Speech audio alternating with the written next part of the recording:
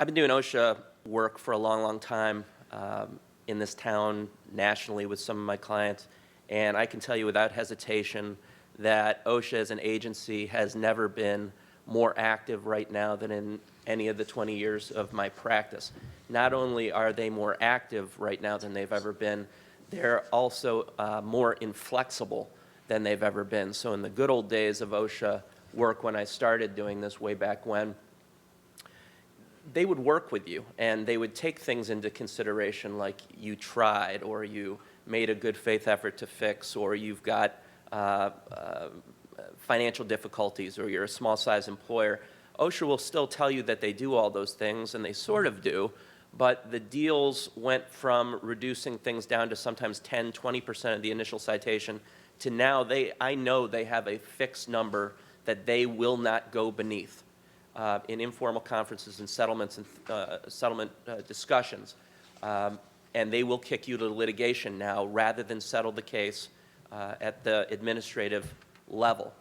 So what does this do? It drives up costs, it drives up annoyance, it drives up the time that you need to face these guys, and they know it's also going to drive up bigger dollars into OSHA's coffers. Finally, as you're going to see in part of my presentation, not only are they more active, not only are they more inflexible than they've ever been, they're also more creative than they've ever been. So even when they have rules on the books, they're using them in more creative ways than they used to, and they're also just coming up with new internal rules in which, unless you're an OSHA expert who pores over these day-to-day OSHA memos that get passed around the office internally, you as a business owner, as an HR professional, or as a consultant or advisor, you're not going to be able to find these things, and they have dramatic impact, as I'll show you in a little bit. So let's just talk about OSHA for a second.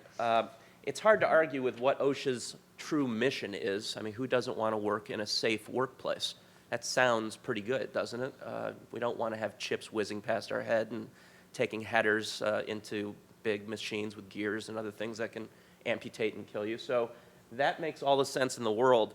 So Congress created OSHA back in the days when these kind of things were much more prevalent. And as you see from the statistics, in 1970, an estimated 14,000 workers were killed on the job, 38 per day. That's a fairly scary statistic, right? In 2010, that fell to about 4,500, or 12 per day. But I think we can all agree, and OSHA would certainly tell you, that's still 12 too many. You look at some more statistics, it went from 11 per 100 workers in 1972 to 3.5 per 100 in 2010. And during that same time period, the number of workers in this country increased dramatically. So OSHA will, if given the chance, will puff out its chest and say, you see, look at these statistics. Look at what a great job OSHA is doing. We're the reason for these statistics dropping. Well, look, I'd like to give them as much credit as possible, too. They certainly are part of the solution, but they are not the entire solution. There's a little thing called technology out there that may attribute to some of the safer practices. Employers may just have figured out they want their workers to go home. Maybe I'm blessed, but all of my clients say with a very straight face, and they mean it when they say it, I want all of my workers to go home with all 5 fingers, all 5 toes every single day. We want to run a safe shop. Maybe there's some real nasty employers out there. I'm lucky, I guess, that I don't represent any of them that say we want all of our employees to go home with a couple of fingers at least on each hand, but I don't see that. In terms of the costs, 3.3 million workers still out there getting seriously injured. And what does that equate to in dollars? A huge number, $53 billion a year between all the associated costs, workers' comp costs and things, or $1 billion a week. So it's a serious problem, no question about it. How does OSHA go about trying to fix this and combat these statistics? They do it with their poster requirements. So they mandate posters to be put up in conspicuous places for everyone to see, and they expect you to follow what they say. Audits and record-keeping requirements, OSHA 300 logs and things tracking your injury rates so that they can come up with a cute figure called a DART number to figure out whether you are a frequent abuser of safety regulations and come visit you more often for coffee. and fun. Enforcement and investigations, that's a big part of what they do, and I'll get a little bit more into that in a sec. Training. OSHA is very, very proud of their training programs, and they say, hey, if you just join our in-house training, we will treat you like a friend, and you're part of us now, and if you meet our very high standards, we'll keep you out of harm's way for at least a little while. And then finally, specialized assistance programs, that's more or less the same thing. So if you've never had the pleasure of reading the OSHA statute, and if you're an insomniac, I strongly recommend that you read it cover to cover. You won't get past Section 2 before you're out like a light. There's lots of very, very specific statutes on every single thing that can possibly go wrong in the workplace. But just in case they missed one, and they're constantly updating these statutes and rules with technology and other things, they've got this safety net out there, and it's a general duty safety clause that basically says every employer has a general duty to provide a safe workplace to their employees. And if they don't have a specific safety statute to get you on, they're going to get you on this. The second bullet point is one that lots of employers don't get either, and that is that OSHA requires that employers must first try to eliminate or reduce hazards by making feasible engineering or administrative fixes to their systems. So I have lots of clients of mine, companies out there that are metal stamping facilities, just to pick on some, and they've got giant presses going up and down and slamming metal all day long. And when those presses aren't slamming metal, the guys and gals are taking the metal parts off and throwing it into a metal bin. So even when the presses aren't going up and down, there's a big loud clang as the metal parts go into the metal bin. So it's nonstop noise. And lots of employers out there say, well, we're a metal stamping plant. We're noisy. So I know how I'm going to fix that. Everybody just wear PPE. Done. I've done my part. Ha, you can't get me, OSHA. Well, guess what? They thought of that. They can get you, because you didn't try to engineer or administratively change your systems first. You went for the cheap, easy out of PPE, not to denigrate PPE. You need PPE, absolutely, and we've got some good practitioners of PPE in the room here, I know, who are going to jump down my throat if I don't tell you that PPE is very, very important. But if you don't make the effort to, I've had the OSHA area director tell me, just put some cardboard in those metal bins. Just throw some rubber nuggets into those bins, so at least when the metal parts fall into the bins, they're not clanging against other metal. You didn't even try that. We're going to hit you for $2,500, $3,500, whatever it is. So don't think that you can just get away with an easy fix with OSHA. They've thought of that already. Why do they come knocking? What happens when OSHA comes knocking? Well, I'm going to sort of give you a game plan of what to do when and if OSHA comes knocking at your door in a little bit. But why do they come initially? Well, OSHA's got a tremendous job. There's over 7 million workplaces out there, and as John pointed out, they've got a somewhat limited budget. That said, their budget, the DOL's budget, they keep going up every single year, not by $1 million, not by $2 million, by 20 plus and $50 million. Why? Because there's an ROI, a return on investment, to those dollars from the government standpoint. They know, the Department of Labor and OSHA, if they go out to workplaces and they're better staffed to go out and visit, they're going to come back home with some money in their pocket. They're going to hit those employers with cites and fines, and they're going to get a return on their investment dollars when they increase their budget. So knowing that OSHA can't possibly visit every single workplace, what do? Well, it's completely logical. They triage it. They go to the places where they believe it's most likely they're going to hit pay dirt. So they're going to go to imminent danger situations. So if you're a contractor, for instance, they're going to look at a contractor with guys climbing up high scaffolds and ladders and things like that, fall protection, lots of nail guns and other things that can certainly hurt you. They're going to say they're a pretty high chance of injury up there. Manufacturing, if you've got the word drill, screw, machine, steel in the name of your company, you're in their crosshairs for sure. Fatalities and catastrophes. If you are unlucky enough to have one of these, you should just assume OSHA's going to show up.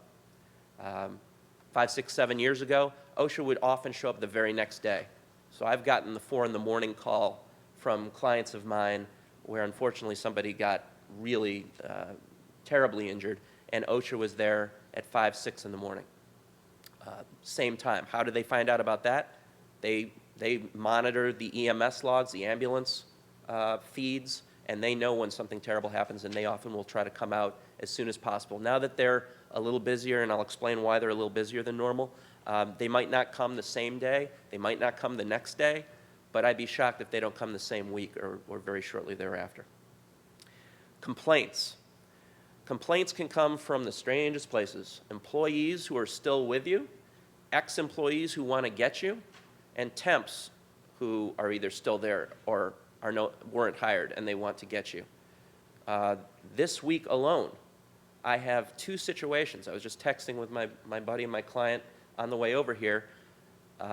It's almost like OSHA is sending mailers out to all the employees because we're terminating employees for very good reasons, I can assure you. Attendance, screwing up on the job, whatever. And on their way out, their swan song speech is, "Oh yeah, I'm gonna call OSHA on you." That's their middle finger extended, bye-bye, thanks for the memories speech. And OSHA comes. Now, again, OSHA has to triage. So will OSHA take the word of a disgruntled ex-employee who's got a cross to bear and some animus, bias? They're going to take that into consideration, certainly. So maybe you don't get a visit out of that situation, but you might get a phone and fax, and we'll be talking about that in a second. But OSHA will listen to this. Again, it's a source of revenue, it's a source of business. They need to follow up on certain things. Referrals from other agencies. I can remember when it happened. OSHA, the Department of Labor, and the IRS walked out in Washington, arm in arm, hands held high. We're partners now. If you think you've got just one set of problems, wrong. You're getting both of us. So if you get a DOL audit or an IRS audit, they get on the phone and they say, "Ooh, that company's ripe for the picking. You guys should go down there next." And they come. I used to work at the National Labor Relations Board while I was in law school, and in those days, all the federal agencies were housed in that wonderful building down on East 9th and Lakeside. We sat around the cafeteria, and what do you think government employees do all day when they're down in the cafeteria eating lunch together, all in the same building? They tell war stories. And one agency's talking to another agency, and another agency's talking to another agency, and when you got EPA coming in one day, you have OSHA coming in the next day, EEOC after that, NLRB, you name it. Fortunately now, OSHA's in a new building on beautiful Lakeside, Rockside Road, so at least you don't have the cafeteria talk like you used to have. But they still have buddies at all the different agencies, and they will pick up the phone and call each other. Planned programmed investigations. So if you are in a certain industry, OSHA, for instance, the DOL, for instance, sometimes even the EEOC, will come right out and say, "You know what, this is the year of the nursing home. We think nursing homes are violating every single rule and regulation known to man. We're coming after you." And they'll announce it. Believe them. When they announce they're coming after manufacturers, when they say that they're coming after home health care workers, when they say they're coming after, you name it, they're coming. Okay? Phone and fax investigations. This is what I would call OSHA's gift to you. So a phone and fax is the disgruntled employee who says, "Oh yeah, I'm going to get you guys, I'm going to call OSHA on you, or I'm going to call the DOL on you." And then they do exactly that. They pick up the phone, they call OSHA. They said, "I just got fired from my job, and my SOB supervisor, he's such a jerk, and let me tell you what a cesspool I used to work in." And then they proceed to try to lambast you to the OSHA investigator. Well, these guys and gals have heard this before. And they say, "Okay, thank you very much, thank you. Okay, so you were terminated. What were you terminated for?" "Oh, you punched the supervisor in the face?" "Okay, thank you, thank you."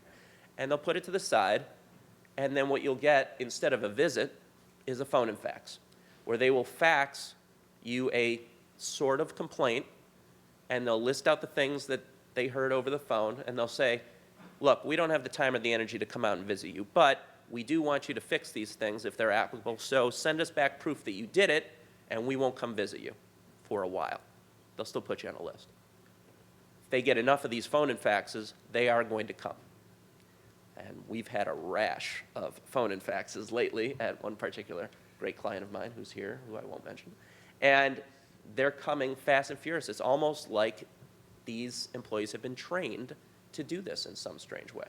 And I can tell you, in unionized environments, they are trained to do this.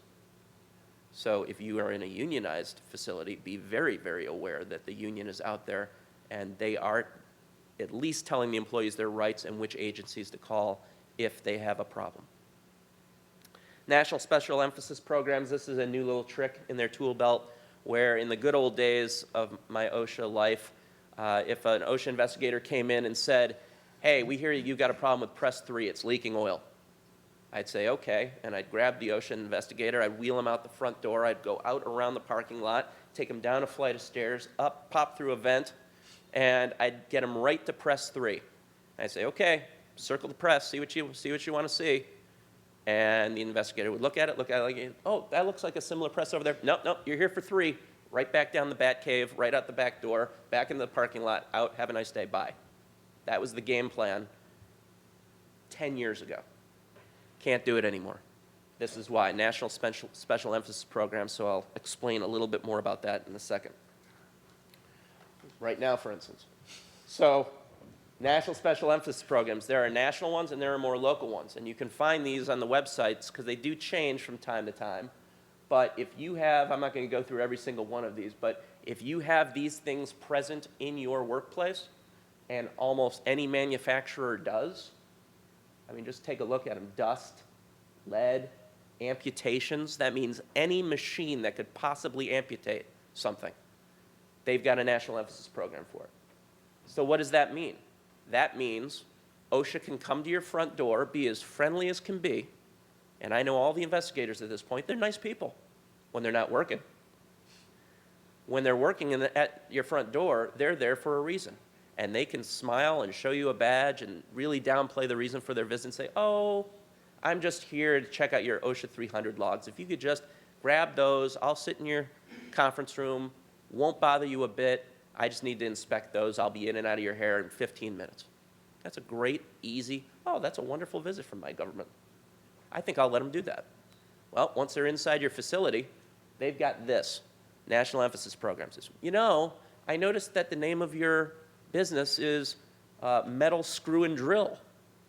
Sounds like you've got screw machines and drill presses in there, huh? Oh yeah, we've got some of those. Ah, those could cause amputations. I really better go back in your facility and check that out. I've got a national emphasis program that says I've got to check it. And they're not going to just check one of your presses. They can check all of your presses. They can check all of your drills. So the good old days of taking OSHA investigators through the bat cave and directing them just to one machine, gone. The days of one OSHA inspector showing up solo, gone. You're going to get 1, 2, if you're real lucky, you'll get 3 on a training mission. Those are really fun because the OSHA guys and gals are trying to impress the supervisor who they're with. So they pull out magnifying glasses and they're going to get you for every little thing. So those are the worst that you can possibly get. Our dear departed Dave Letterman, top 10 common violations. So when OSHA comes in, what are they probably going to get you for? These are the top 10 just in terms of how many citations there are out there. Certainly, fall protection, HAZCOM, these are kind of the ground balls that they're going to get you for. Scaffolding, if you're in those kind of businesses. Respiratory protection, I would also include PPE, personal protective equipment, in that list too. Lockout, tagout, if you have machines that are energized, you have to know not only how to shut them down safely and make sure that there isn't stored energy in the machines, but you have to know how to properly power them back up after they've been fixed or maintained. Powered industrial trucks, tow motors, they're going to nail you for tow motors every time. Electrical, ladders. I've seen, and I've had the experience, where a ladder is leaning up against a wall, and it's a ladder that generally would open up, and it's leaned up against a machine to be used like a single track ladder. That's a $3,500 ladder to an OSHA investigator's eyes because you're using that ladder improperly and insafely. So that's just an example of what you can get into with even simple stuff with OSHA. Machine guarding, if you've got employees out there hot wiring their machines, turning off interlocks, taking off pressure sensitive tape and things like that, that's an instant no-no too, and an expensive one. Electrical and general requirements. So what do you do when OSHA comes knocking? Well, the best advice, obviously, is before OSHA comes knocking, prepare as though they're coming, because you're on borrowed time right now. They're coming eventually. The question is when. So with this gift of time that you have, I would tell you prepare as though they are coming tomorrow or this week. Get your supervisors trained in all of this stuff, because ultimately your supervisors are your eyes and your ears. They need to know what they need to be looking out for. If you're not, you could have the greatest PPE program in the world, but if your supervisors are out there not wearing their own PPE and not enforcing it, that's worse, because your supervisor is willfully ignoring what they know to be a safety hazard. Then we go from $7,500 or $7,000 to $70,000 potential in charges, which we'll talk about in a sec. Preparation's everything. Use your time. If you have the misfortune of OSHA knocking on your door, what do? I've heard some people get up in front of microphones, in front of crowds, and say, you know what, if OSHA's at your door, it's better not to make them mad. Let them in. They'll do far less damage to you if you just let them in and you're friendly, you give them some coffee, put your arm around them, give them a hard hat. I've heard it. I don't know about my two esteemed safety colleagues over here, but I think it's the worst advice imaginable. If OSHA's at your door, they're not there to be your friend. And OSHA certainly has more weapons now than they've ever had before to get you. And just like OSHA's got some tools, you've got some tools and some rights. One of those rights is to refuse entry. No one seems to get this, and OSHA's very good at talking their way past the front door receptionist or your front door people. So training your front door people is essential too. OSHA has no right to enter your facility. I'll say that again. OSHA has no right to enter your facility unless they have a warrant. I would guess in 98.999% of the time they have no warrant. So it's your choice. Are you going to welcome them in and give them a free tour of your facility, or are you going to exercise your rights, which are to say, no thank you, we have safety counsel, we have safety consultants that we'd like to be here while you conduct your investigation. If you'll just sit in the conference room or sit in the lobby here, I'll go see if I can get them to come down right now. I can tell you, if you call me, chances are I'm busy. I'm very busy. If you call John, he's busy too. Lester's busy too. Steve's busy too. We're busy a lot.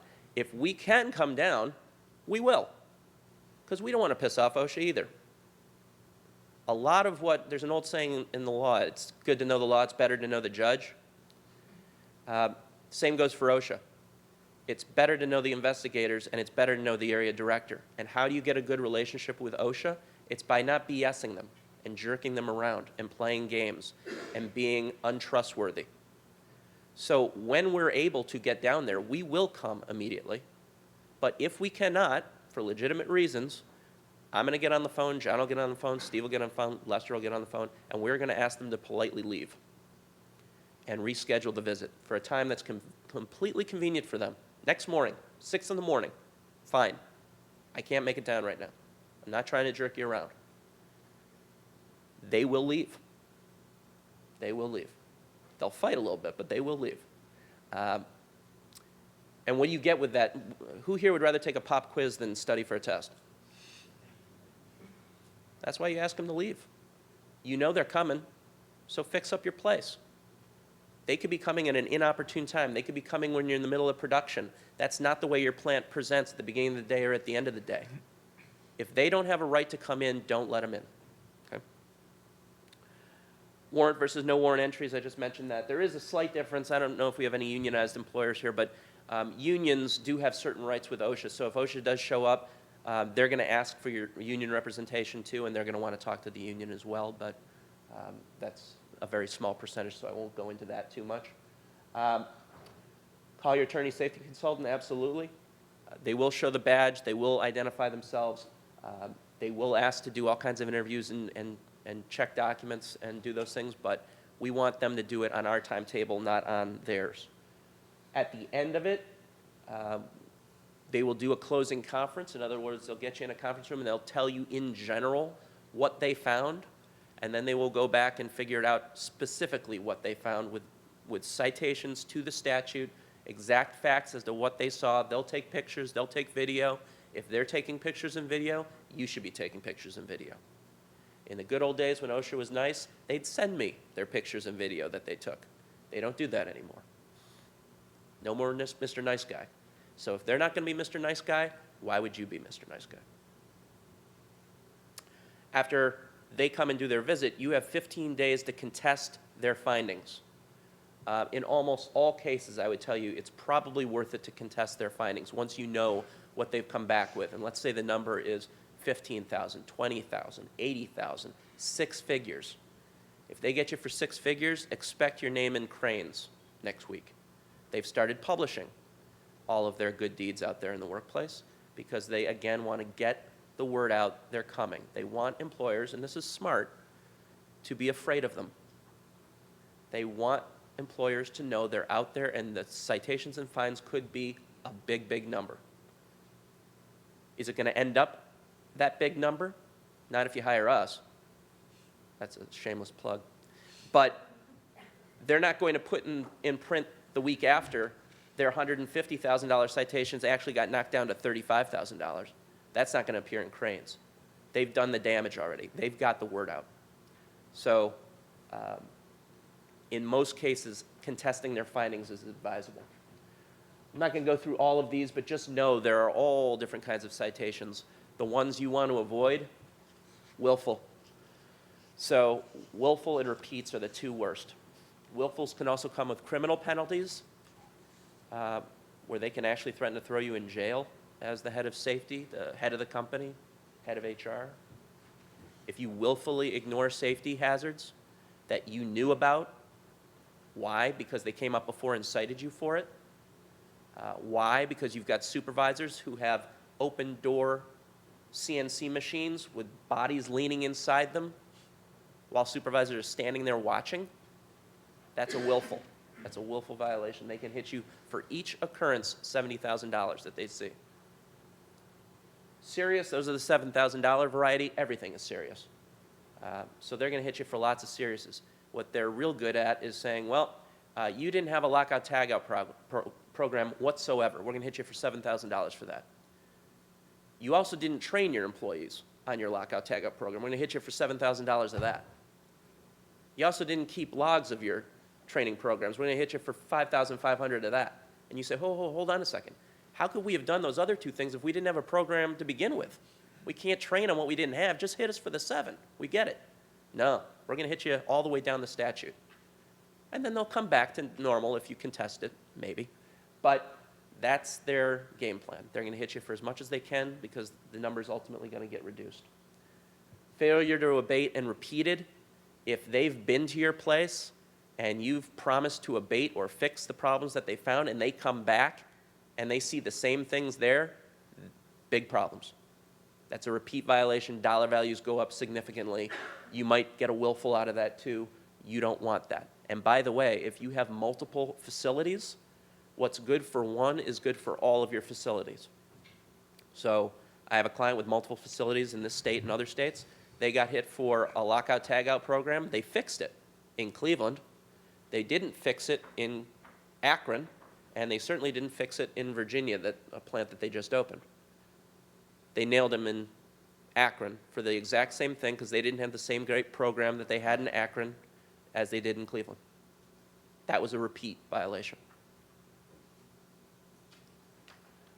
Just real quick, OSHA's new hidden rules. So 11C, again, it's like OSHA is coaching these employees, and I'm convinced they are, but when employees are logging these complaints about safety violations, OSHA's got to be out there telling them, and I know they are, by the way, if you ever feel that you were disciplined or discharged or terminated or retaliated in any way because of your filing this safety complaint, you just let us know, and we'll file one of these 11C whistleblower retaliation claims under OSHA. So I had one of these recently, and the investigator said to me, well, he was going through his case, and we had a quiet moment alone in a conference room, and he was telling me what his concerns were, and I said, well, your concerns, I understand. That said, you have no case. We're going to win. We're going to beat you on this. You know it. I know it.